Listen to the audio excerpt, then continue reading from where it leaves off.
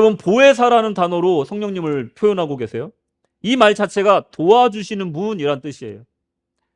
우리는 평소에 도움이 필요 없다고 생각합니다. 내 힘으로 잘 살고 있다고 생각을 해요.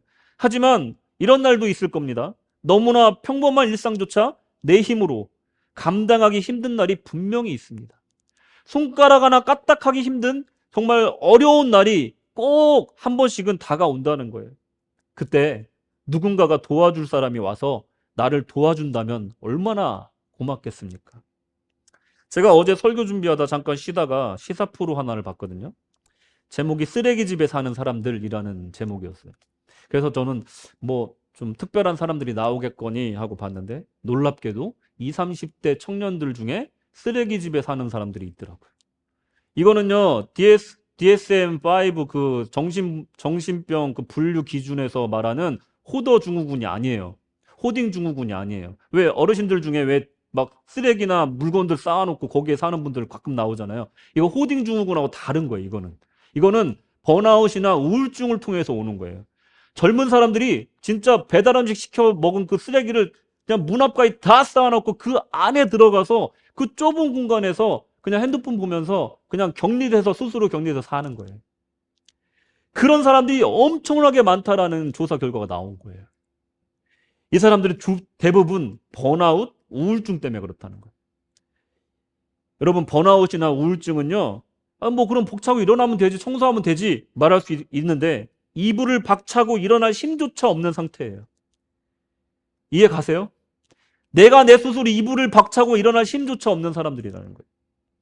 평범한 사람이라면 수행할 수 있는 아주 평범한 일상조차 천근같이 무겁게 느껴지고 힘들어하게 되는 증상이 바로 이 번아웃이나 우울증이라는 겁니다.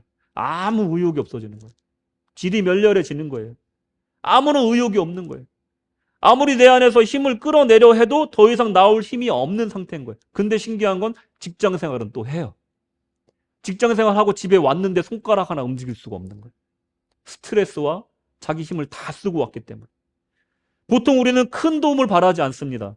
내가 너무 바빠서 다 감당 못하는 일을 일부라도 누군가가 내가 몸이 10개라도 부족한 그 상황에서 한 가지 일이라도 누가 도와주기만을 바라는 거죠. 만약 도와준다면 그렇게 고마울 수가 없는 거예요. 여러 가지 일로 너무 바빠서 정말로 정신없이 뛰어다닐 때 대신 아이를 잠깐 봐준다거나 대신 필요한 물건을 사다 준다거나 바쁜 나를 대신해서 식사를 준비해 준다거나 하는 일을 예를 들 수가 있어요. 너무나 감사하죠. 너무나 감사하죠. 짬을 내서 찾아와주고 이야기를 들어주고 위로해주는 친구가 있다면 정말로 마음에 큰 위로가 됩니다. 이렇게 인간관계에서도 도와주는 사람이 있으면 감사하고 인생에 정말로 풍족해지는데 성령님은 어떻습니까?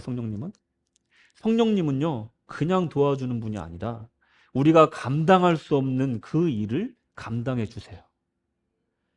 우리가 감당할 수 없는 그 영적 상태를 해결해 주시는 거예요. 육적인 문제들에 대한 정확한 해답과 방향을 제시해주고 그것을 수행할 수 있는 능력까지 부어주시는 것이 바로 이 성령님의 도우심이라는 겁니다. 단지 사이드로 파트로 도와주는 것이 아니라 아예 우리가 할 수 없는 그 일을 도와주시는 것이 성령님이라는 겁니다. 제가 지난번에 설교 때도 말씀드렸지만 성령에 의지하지 않고 살아가는 기독교인은 뭐다? 전쟁터에 나가서 총을 들고 쏘지 않는 사람이다 라고 말씀을 드렸어요. 여러분, 영적 침체를 경험해 본 사람은 모두 이 기분이 어떤지 알 겁니다. 분명 내 사랑하는 사람을 위해 간절하게 기도를 해야 되는데 자포자기하게 되는 경우가 있어요. 어떻게 나한테 이런 일이 하면서 자포자기하는 경우가 있어요. 기도해야 되는데. 내 영이 파리하게 메말라가고 있는 것을 정말 절감하고 있지만 말씀을 보거나 설교를 듣고 큐티를 해야 되는 것을 알고 영적인 활동에 참여해야 되는 것은 아는데도 엄두가 나지 않는 영적 침체기가 있다는 거예요. 교회에 나가서 신앙의 동료들과 함께 기도하고 예배하고 봉사하면 새 힘을 얻을 것을 알면서도 전혀 내키지 않을 때가 있다는 겁니다. 그런 영적 침체가 우리를 찾아올 때가 있다는 거예요. 그럴 때 여러분 복잡하게 생각하지 마십시오. 그때 딱 한 가지 기도만 하시면 돼요. 성령님 힘을 주시옵소서. 성령님 힘을 주시옵소서. 이 기도를 꾸준하게 해보십시오. 그 기도가 진심이 실리고 계속되다 보면요, 어느샌가 성령님의 이끌림을 받고 있는 자신을 발견하게 될 겁니다. 성령님 도와주시옵소서.